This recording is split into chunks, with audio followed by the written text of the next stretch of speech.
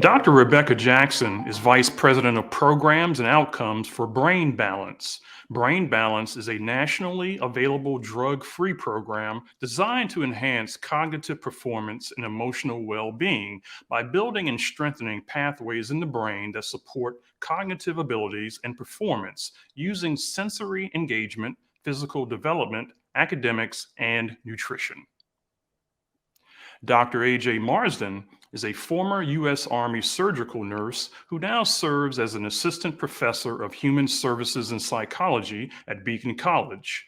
The Leesburg, Florida school is America's first accredited college or university dedicated to educating primarily neurodivergent students with learning and attention issues.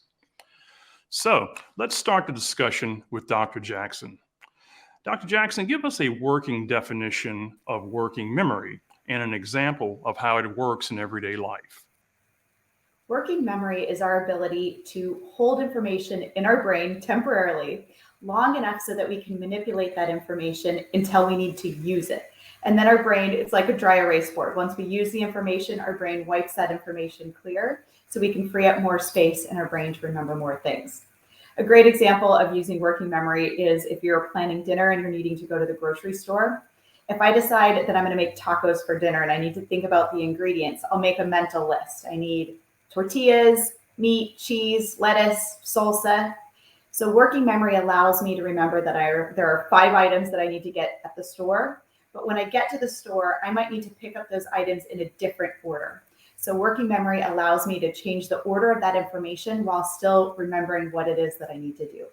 So working memory has an impact on our planning, on our decisions, our behavior, and most of all, it underlies our ability to learn. Thank you, Dr. Jackson. And must I say, tacos. Dr. Marsden, are working memory issues native to any particular learning difference? Yes and no. So oftentimes working memory issues coexist with every learning difference. So there are working memory deficits that have been directly linked to dyslexia, autism, and ADHD. So we know that those 2 things are definitely linked.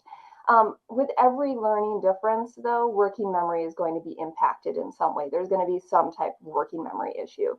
Dyslexia versus auditory processing disorder. So both of them are going to have working memory issues, but working memory is going to be affected a little bit differently in both those cases. So for an auditory processing disorder, for example, auditory working memory helps kids hold on to the sounds of things, right? Like if you're trying to read a word, it helps you hold on to the sound of each letter so you can put those sounds together to create a word.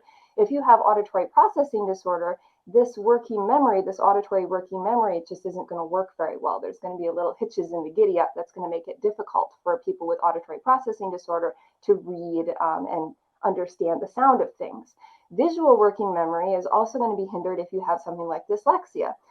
Visual working memory works in a way where we can look at the word, and then while we're looking at the word, we can hold it in our short-term memory to finish out a sentence and remember what each of those words mean. If we have dyslexia, however, our working memory, again, there's going to be a little bit of a hitch in that giddy up. It's going to be difficult for them to overcome that. So yes, working memory issues occur with all learning differences, but in different ways. Thank you, Dr. Marsden. Dr. Jackson, what are some of the critical ways that children use working memory every day and some telltale signs that a child is struggling with working memory? We use working memory all day, every day. So our kids use it from everything when we say, hey, when you get up this morning, I want you to come downstairs and eat breakfast and don't forget to grab your lunch to bring to school today. Working memory allows us to keep that information active in our brain long enough to grab those items as you're walking out the door. So telltale signs that a child may be struggling with working memory, or an older student or adult, is that need for repetition. So if somebody's following directions and has a hard time remembering and sequencing the steps and directions, that can be related to working memory. If somebody needs more repetition in order to learn something, so more repetition than their peers and other students or individuals the same age, again, that can be a sign that there's some struggle there with the working memory. Thank you. Let me follow up with you, Dr. Jackson. So is it really possible to teach a child with learning differences to remember not to forget? Absolutely. There's a combination of both strategies, so kind of coping mechanisms to help all of us not only survive but thrive. But then there's also the ability to strengthen those networks and pathways in the brain. And that's the exciting thing about what science is showing us these days is where you're at now doesn't mean you're going to be stuck in that same place going forward. So you can practice and strengthen using those networks and pathways so that you become more successful going forward. And then also learning those habits and routines and life strategies that can support success in working memory can benefit all of us. Thank you. Dr. Marsden, it seems that before parents can begin to help, they would need to know the extent of the problem. How can parents test their child's working memory limits?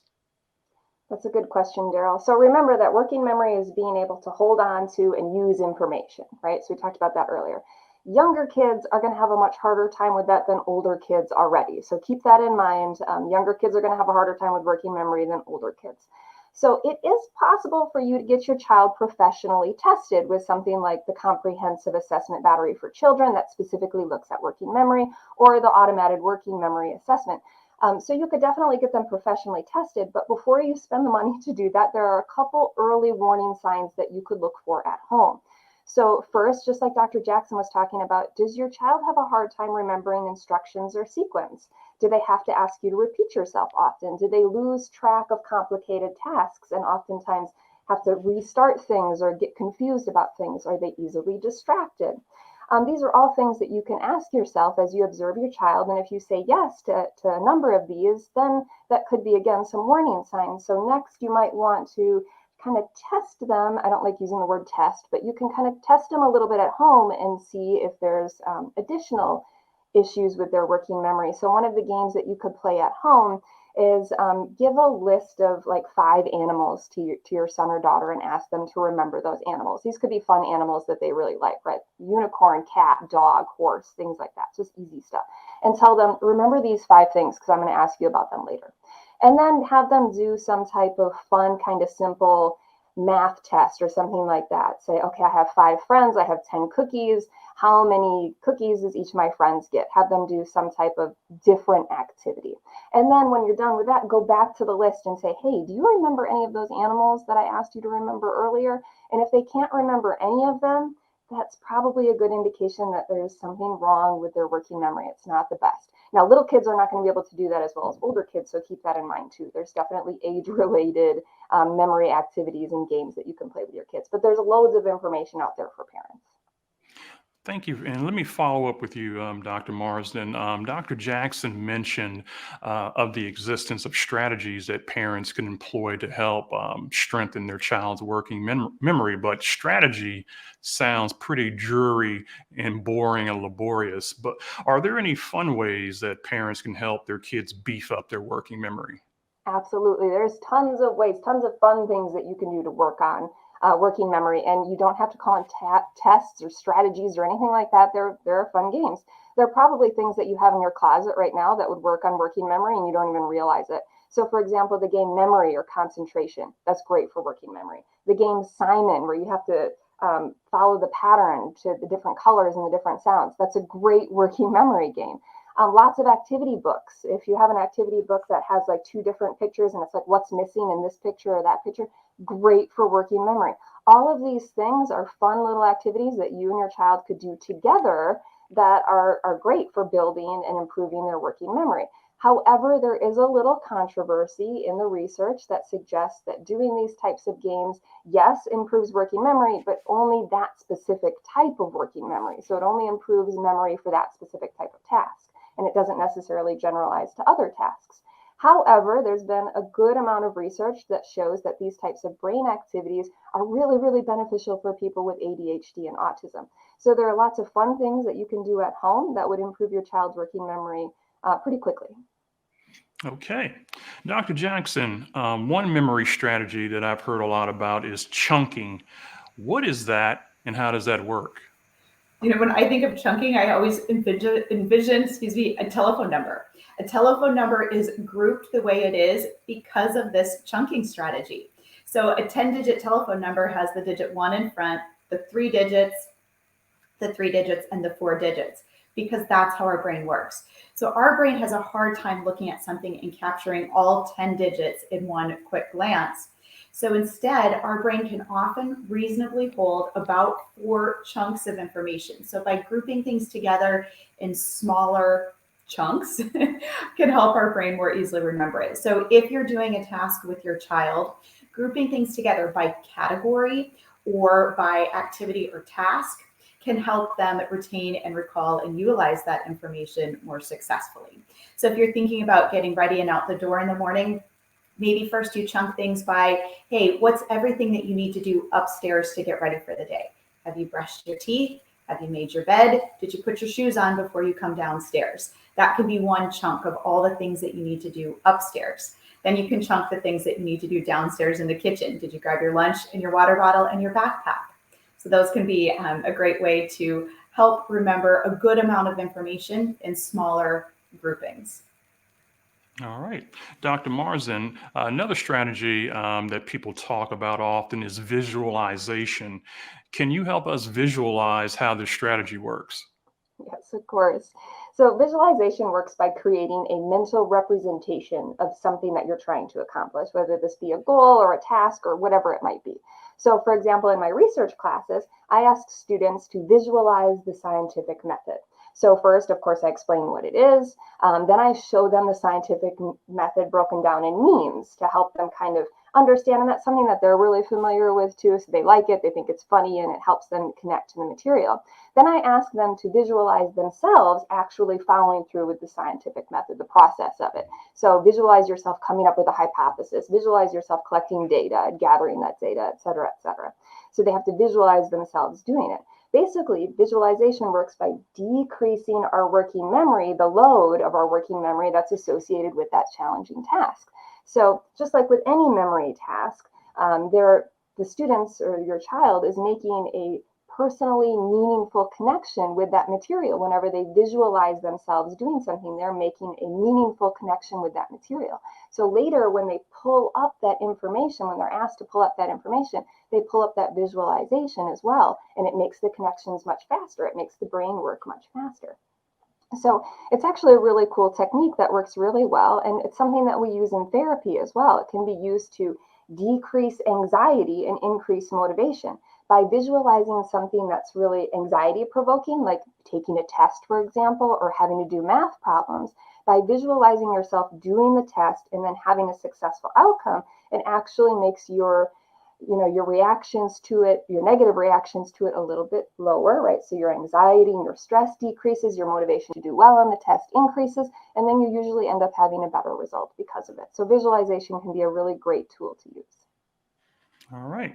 Dr. Jackson, homework is a working memory assembly line from knowing and recording the assignment to doing the work to it landing on the teacher's desk.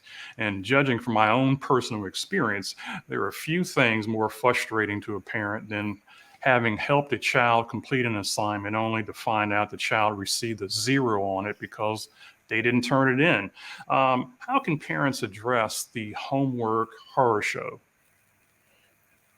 There's several things that can be really helpful here. And one of the first things to consider is we all have what I like to think of as your working memory bandwidth, meaning kind of what are my general capabilities. But my abilities, even within myself, can vary from day to day. So being aware of what are the things that chip away at our working memory capabilities. When we're tired, for example, a tired brain has a harder time retaining and accessing information. So before sitting down for homework, making sure your child is well rested. Fuel is another key resource for the brain. The brain can't run without the right fuel and resources, just like a car. So making sure that prior to homework time, your child has had a snack, preferably something with protein, to help fuel the brain for a long amount of time. Distractions can also interfere with our working memory. You can picture yourself working on a task, and if you get interrupted, you have a harder time shifting back to that task.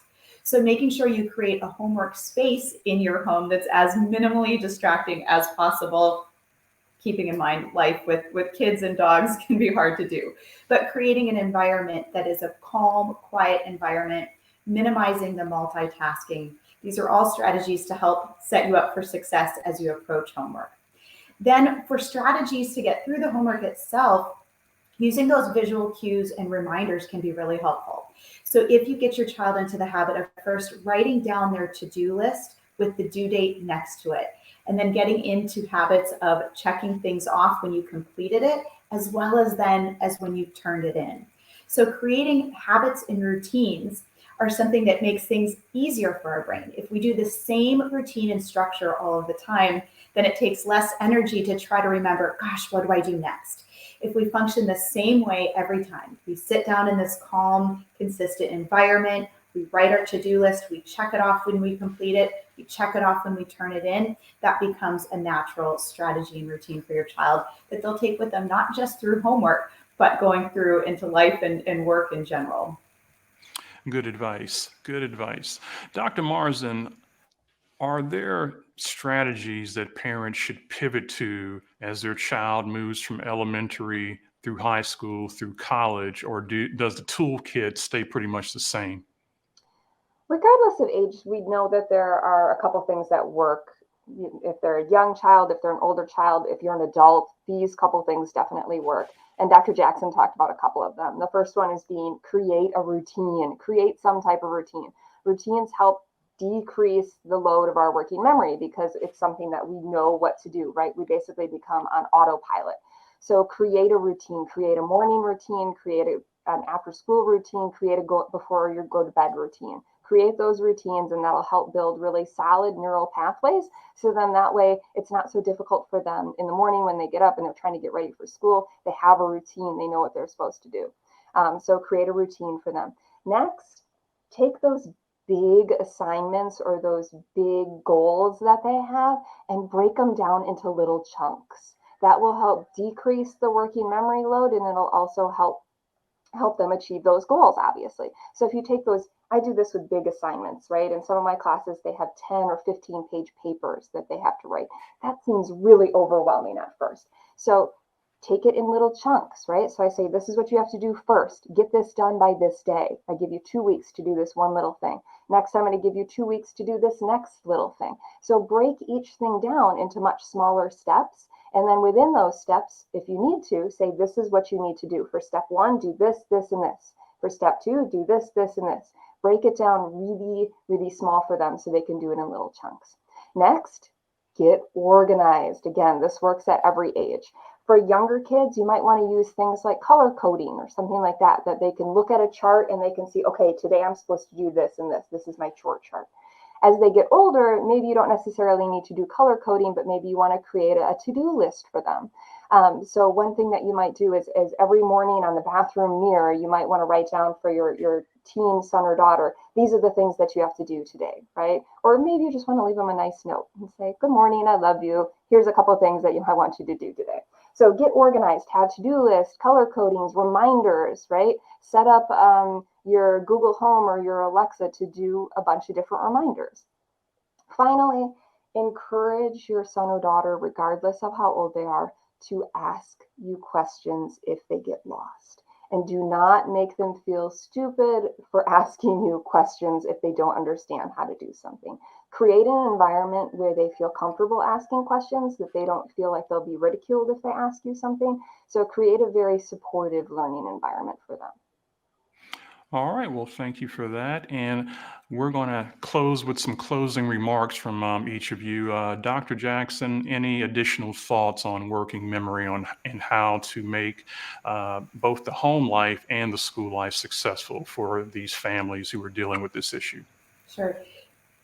Working memory strategies benefit both the kids and the parents. And I love as parents to model these behaviors for the kids. And in the end, it's going to benefit your brain as well. One of the key things to help with working memory is exercise. If you've got an important task to do where you're needing to pay attention, hold on to a lot of information and apply it, taking a little bit of time to exercise prior to that moment has been shown to actually increase the success with working memory. So showing your kids that that's what you do as a strategy for success can set a great example for them, and also encouraging them to do the same. If they're going into an important test or a lecture or a homework task on a subject that is challenging for them, taking a little time to exercise prior to doing that can be a really simple, positive strategy to help. And my final parting words goes back to what we talked about earlier, is minimizing distractions. We live in a world of technology that is constantly capturing and pulling our attention. Each time you're working on something and your email dings to say a new message came in, or a text on your phone, each time that happens, that pulls your attention from the task, which can deteriorate working memory. So when you're focused to get something done, minimizing all of those distractions is going to help you be the most successful you can be within your bandwidth for working memory. All right. And Dr. Marsden, you have the final word. All right. I guess the big takeaways with working memory is spend some time with your children, right? Play some games with them, get to know them, read to them if they're little. That's one of the biggest indicators of academic success later in life, is if you read to your children. Read to your children, read multiple books to your children, read to them until they don't want you to read to them anymore, until they can read on their own. And then when they can read on their own, encourage them to read on their own. Eliminate distractions, just like Dr. Jackson said. But more importantly than all of that is really spend time with your children, and don't just spend superficial time where you're on your phone or you're watching TV together. Spend some one-on-one time with them and really try to understand what they're struggling with, talk to them about what they're struggling with, and then of course research and try to find ways that you can help them. So there's tons of ways that we can improve children's working memory, and if we just take our time and work with them, we can definitely do something. All right. Dr. A.J. Marsden and Dr. Rebecca Jackson, thanks for the knowledge.